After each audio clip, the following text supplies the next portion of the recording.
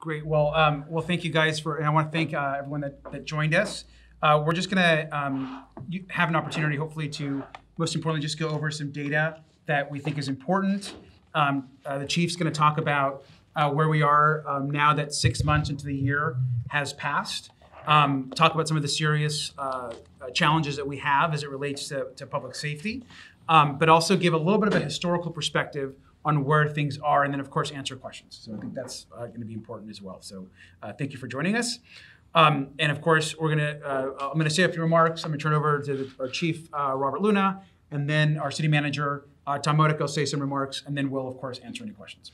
So I just want to talk about kind of where we are. I think first it's important to note that the city has been focused for this last year and a half on the pandemic as its top priority. I think we're all aware of that. For us, we are now, and look forward to seeing the numbers today, we are near the 70% national goal set by President Biden. We should be hitting that over the course of the next couple of days. So we feel that the health recovery is in full effect, and we are on our way to a recovery as it relates to the pandemic from a health perspective.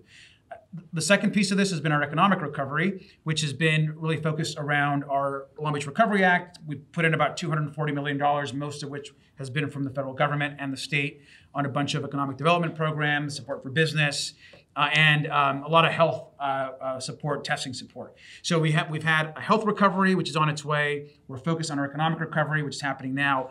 And then the last piece of this, which is really important, is the safety recovery, and which is what I want to talk about and what we're going to talk about today. And that is really the focus for us moving forward.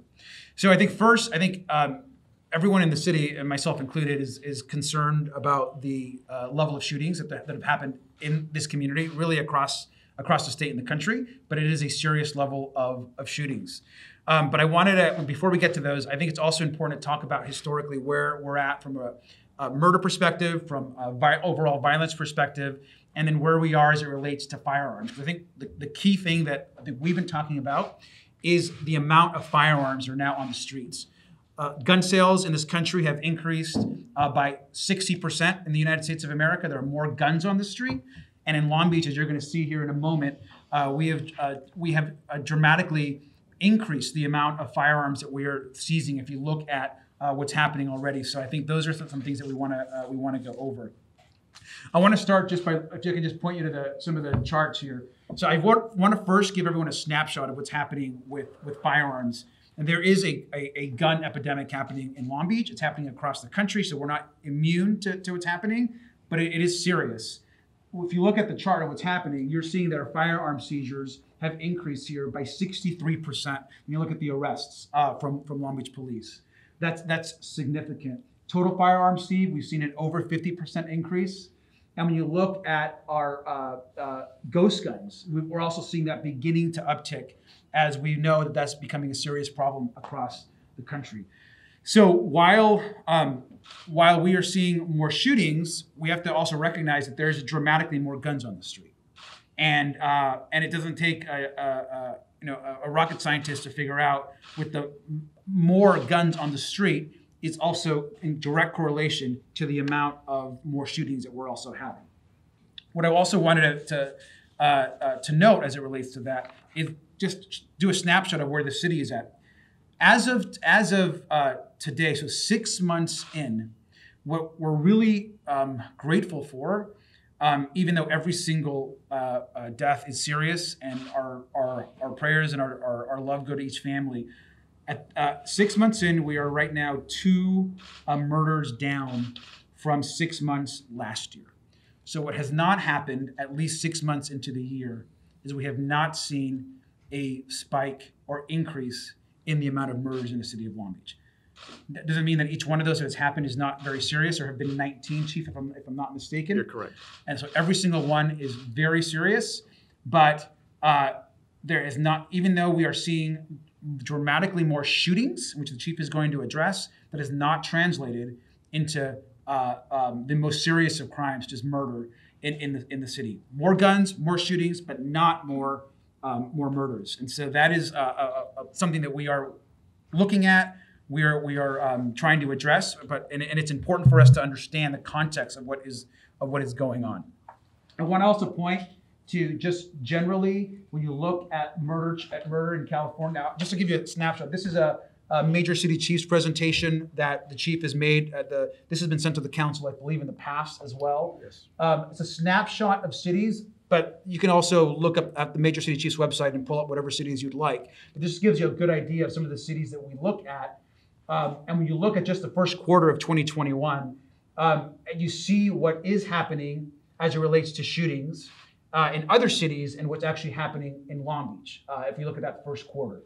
Again, I just want to repeat, every murder that's happening is very serious, but we are, I think because of really great police work, community work, the work that's happening with organizations on the ground, we are, and I think our response, our medical response and our paramedic response and everything else, we are seeing not the same trends that are currently happening. Again, this is just the first quarter. I just shared with what's going on at 6 months, and that's where things are at. Beyond that, I also just wanted to say that, and I think some of you have actually been covering this in some of the reporting, but I think it's important to note historically where things are at in the city of Long Beach. And I think it's always important to understand what's happening today, but also where we are today is in comparison to the past. So this is our murders in Long Beach since 1990s. And we, of course, as everyone is aware, at 1993 was the height of murders in Long Beach. And since 1993, we have seen overall a 71% decrease in murders. You can see that there's been mostly a plateau. You have some peaks and valleys if you look at the last 10 years.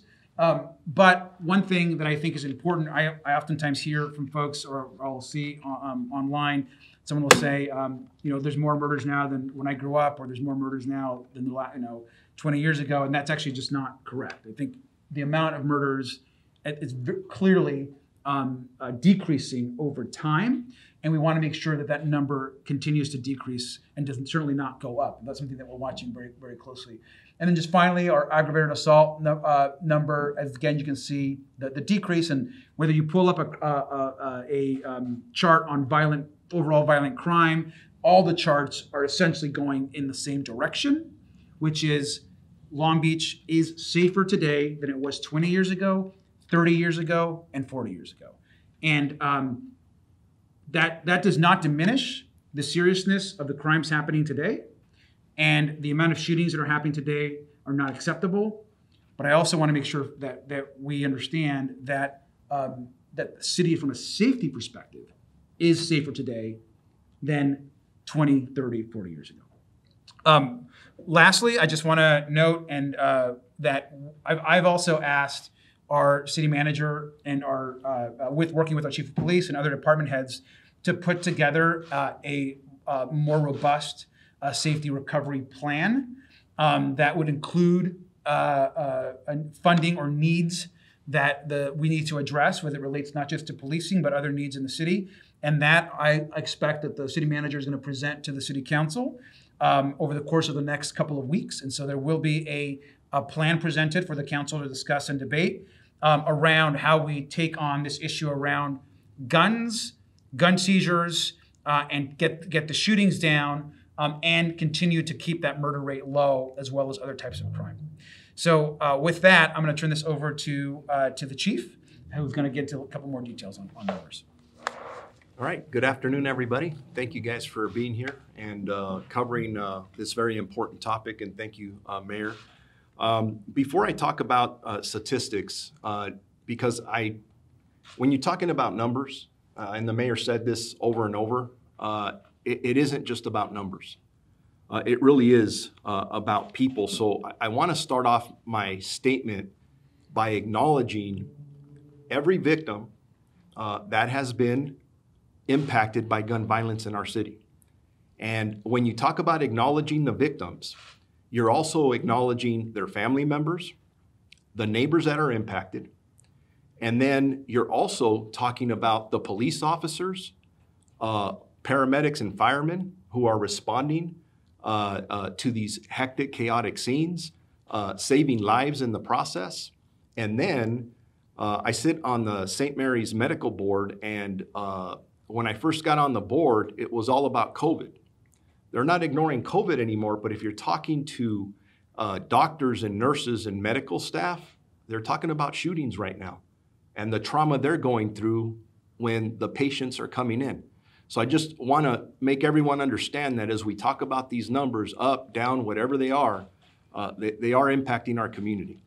So I do want to start off with talking about some of these numbers, and the mayor touched on this, so I won't dwell on them until you ask questions at the end. But our murders year to date are down 9.5%, 19 compared to 21 at this time last year, and that is as of the last day of June, which is the 6-month mark of 2021. Out of the 19 murders, 84% of them, there was a gun used. So as we talk about this theme about guns being a problem, guns are a problem across this country and specifically in our city. 9 of them are gang related that we can attribute to. 4 of them involved a person experiencing homelessness, which we're seeing a little bit more of a challenge with. And then we haven't talked about this as much. 18 of the 19 victims who have died are people of color. And that's something that I think we as a city, we as a community, and I'm not just talking Long Beach, outside of Long Beach, need to pay more attention to, specifically as we're talking about equity. That's very important to all of us. In regards to shootings, our shootings as of 2 days ago are up 58.9%. And again, that's why we're sitting here. We're talking about what's happening, and then we'll talk a little bit about how we're going to address some of these issues. The victims hit from shootings are up 55%. Again, unfortunately, 98% of those are represented by people of color on the victim side of things. I think most of you are aware, I not only being the police chief here in Long Beach, but I also sit on the executive board for Major City Chiefs. I'm the Western Region representative. And being part of the organization, I'm very hands-on, not only in the Western region, but across the country in looking at strategies all across the board that impact violent crime. And I can tell you this, the number one issue when we're either on the phone, virtually, or in person right now is violent crime in almost every big city in the country. And the mayor touched on where we're at on murders. What we have is tragic, but I'm telling you, in some of these other cities, and not into naming cities, there is an epidemic of violence going on across this country that I think we all really need to pay attention to. So moving on. Question I get asked consistently, why is this happening? Now, I'm a firm believer, and I trust my partners in the academic world that in the future, academics will come out and say, hey, in 2020, 2021, this is why this happened. We're not there yet. It's going to take them a lot of research to find out what's happening. So what I'm going to tell you is from our perspective at the Long Beach Police Department, what we're seeing as boots on the ground. We believe the pandemic has definitely had an impact in what we see. Why do we say that? Because we're looking at, one, the amount of prisoners that have been released specifically from LA County Jail and the state prison system. And you got to ask yourself, where did these thousands and thousands of individuals go? A lot of them are on our streets. A lot of them, our officers are arresting not once, not twice, 3, 4, 5, 6+ times, only to be seen again 2 or 3 days later. Very frustrating to our frontline officers. That's one. Zero bail. We are in a situation where we arrest people. We arrested a commercial burglar about a week ago who victimized at least 9 businesses in our city. We believe more. We're currently trying to link up evidence to this. And then we find out that this individual had been arrested at least 3 times in the last year for burglary or associated crimes. That's frustrating, very frustrating to our frontline officers that are doing this. I don't need to get into unemployment, economic impacts, the services that weren't available this last year and a half through the pandemic, and no school. and we're back to summer where there's no school again. Now, I want to make something clear. Anytime I talk about recidivism or I talk about repeat offenders, I or this police department does not apply to the mass incarceration thing. I don't believe in putting everyone in jail. You commit a crime, it's a first-time offense, you steal a bike, you get caught with marijuana, hey, everyone messes up. What I'm talking about here is that we have repeat offenders who are violent with guns who are not being held accountable by the remainder of the criminal justice system. I'm not pointing my finger at one agency, one person. This is across the board, and this is happening across our country. In listening to other police chiefs who are very frustrated, and I'm challenging everyone in this room, media-wise, go out, follow up on some of the stories of individuals we arrest. We arrested 3 guys at the Pike for doing a triple shooting, which I'm going to talk a little bit about. Follow the story. Follow to see what happens in court with these individuals. Please, I'm begging you. That way, I'm not just telling my side of the story, you're feeling it and then passing it on, educating our community about some of these changes. And then the mayor mentioned it. I won't dwell on it. From 2019 to 2020, we had a 64% increase in the sales of firearms in this country. And I'm telling you right now, our officers, and the assistant chief and I ran into one of our sergeants who is in charge of our coordinated response team. That is one of the strategies we're utilizing. And he told us last night when we were leaving, he says, I cannot tell you how many guns we're getting off the streets right now. The traffic stops, over 50% of the guns we're getting are from traffic stops. It seems like everyone's carrying guns. That is not good for us. Not good for us as a country, not good for us as a city. It needs to be addressed.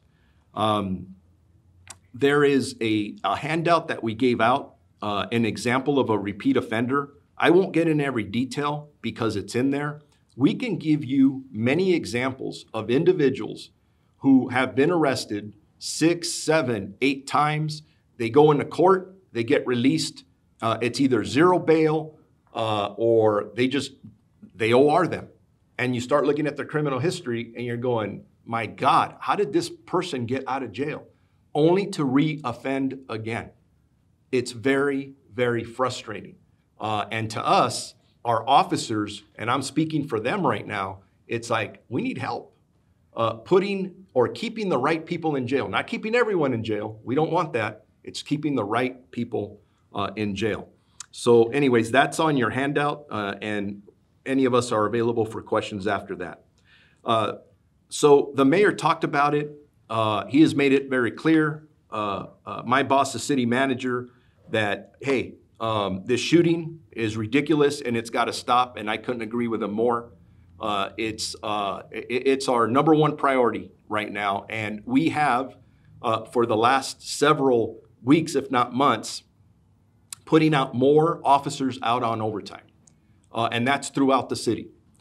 That's been very important. I have submitted more requests for overtime that my boss, who has a very difficult job in trying to balance the budget for the entire city, is going to look at, and then we will go from there. But I have no doubt in talking to him that some of these monies will be coming our way.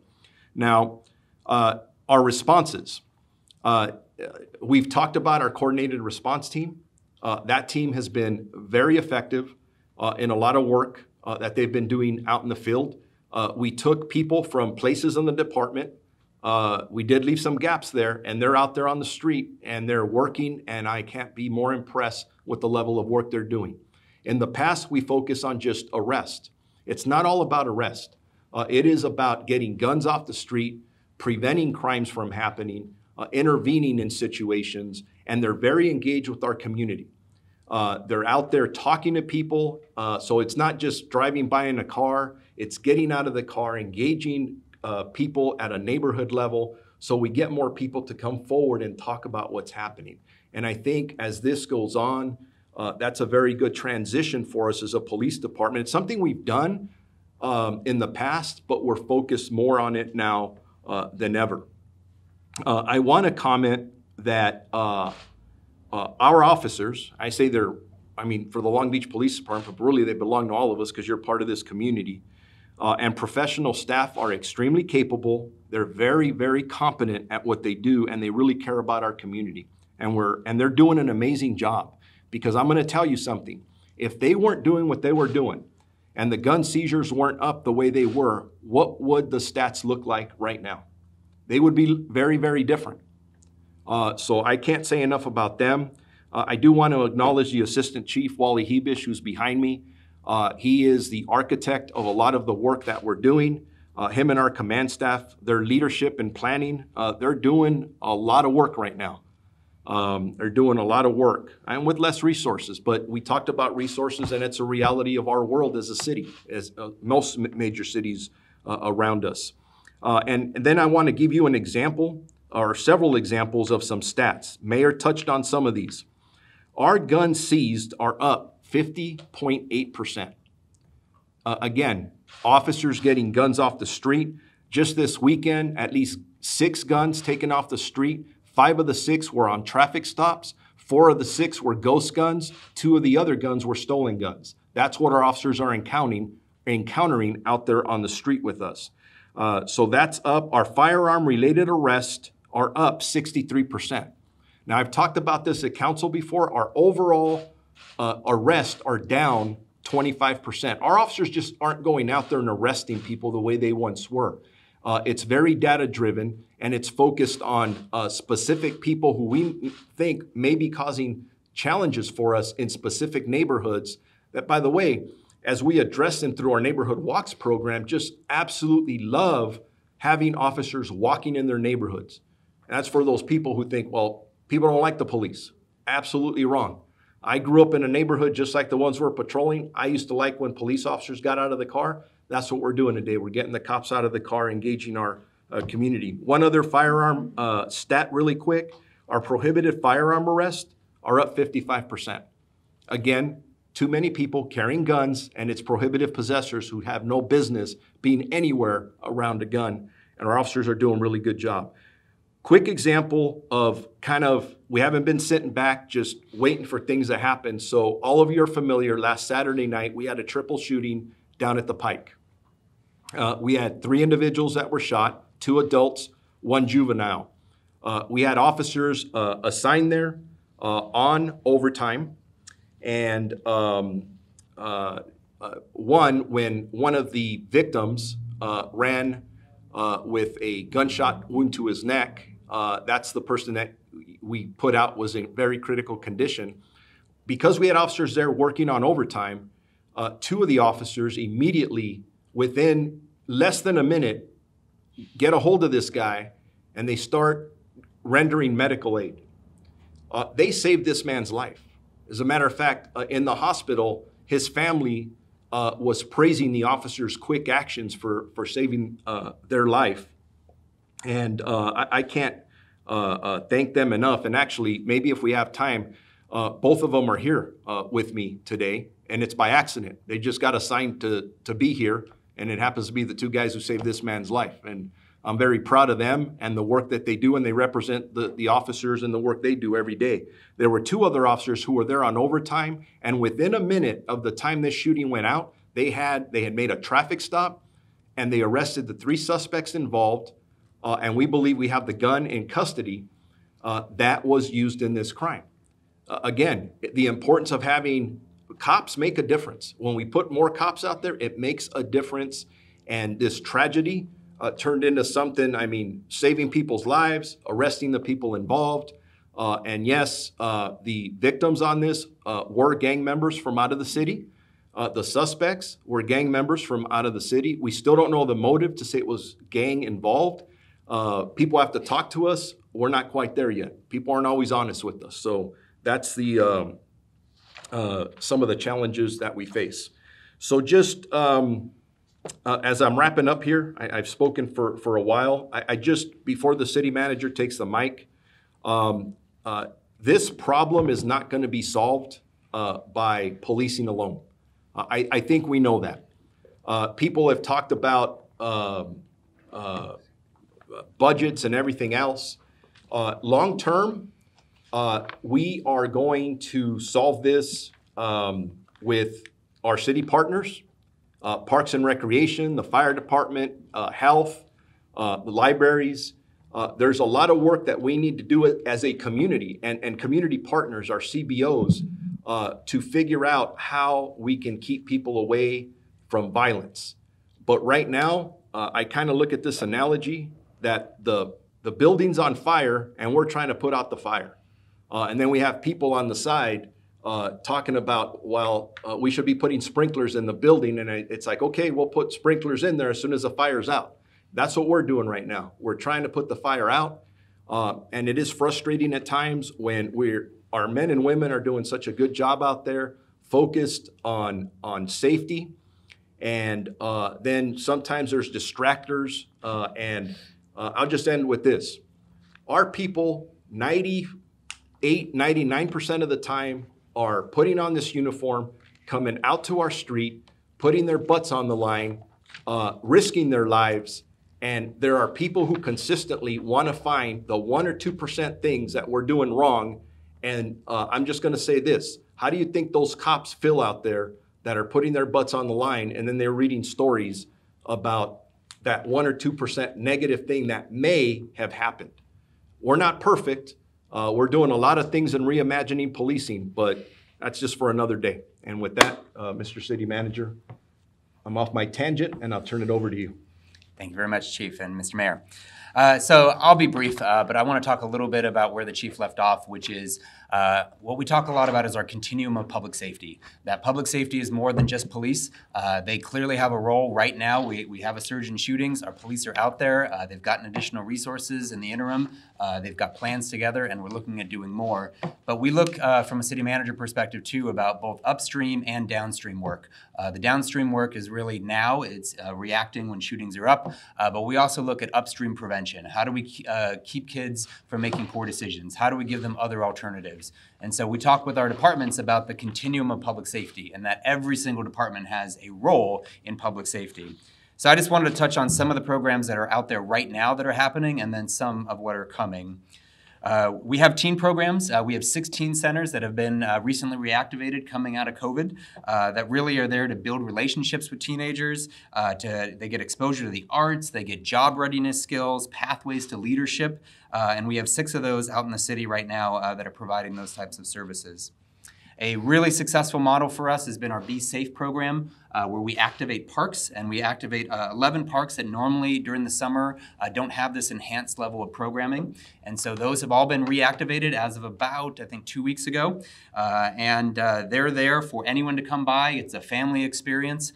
You come with arts and crafts and outdoor games. We have movies and science and just other alternatives that you can go as a youth or you can bring your whole family to as well. And those are really data-driven about where are we seeing areas where people need just to have that walk-up opportunity. We also know that childcare is a big issue right now, and kids need to have a safe place to be during the day. And we used to have a model where it was a paid model. We had about 9 throughout the city where people could come and have child custodian care. During COVID, we realized we needed to adapt that, and we're extending that program now. So we went from 9 that were, they were moderately priced, but they did have a cost of those types of programs. We now have 23, and we lowered the cost dramatically as well. So they're very affordable places for kids 5 through 12 to be able to have a safe space with our park staff. We've also created something during COVID that we're extending now, which is called Mobile Rec. We've identified 9 neighborhood locations where we bring recreation to them. We're bringing out sports equipment, basketball, all kinds of different activities in the residential street where it's very easy to sign up, no cost to get people activated into their neighborhoods. We also have a big role in making sure kids have something to eat so that they have places that they can go that are safe and also get a good meal, and that's ages 1 through 18. And we have 32 of those sites during the summer when the school is not providing summer food program that we're providing as well. And then our libraries. We're very happy to get our libraries back open to our youth and everybody. We opened some of them just a couple weeks ago, and next week we'll have all the rest of our remaining libraries open. And then finally, when we went through the Recovery Act and we did our plan, we were one of the first in the nation to come out with a large plan for Recovery Act. We were pretty deliberate about how do we invest in violence prevention as well. So not only in the here and now, but trying to do that upstream prevention. And we came up with about $3.5 million worth of programs out of the Recovery Act. These are things like additional youth academic programs, safety programs in our parks and in our libraries, with our arts groups as well, mentoring and life coaching, community intervention programs, working with our CBOs, a re-entry program for people coming back out of jails and how do we get them back into a good path, and mental health crisis response. And so those programs are actively underway, approved by the Council in the Recovery Act and in the planning stages.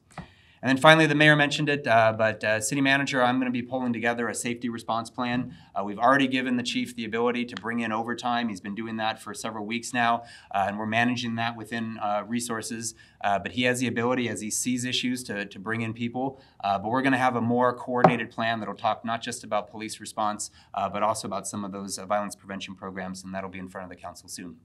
Thank you very much. Great, thank you. Also, we're gonna take a couple questions, but Chief, did you want to introduce the two officers that are here actually? Yeah, Daniel, come on in, and Ismail, come on in. So I talked about the Pike incident the other night. They just happened to be out there working overtime. They're actually working today and were assigned to this, but these are two heroes. They saved that man's life on Saturday night.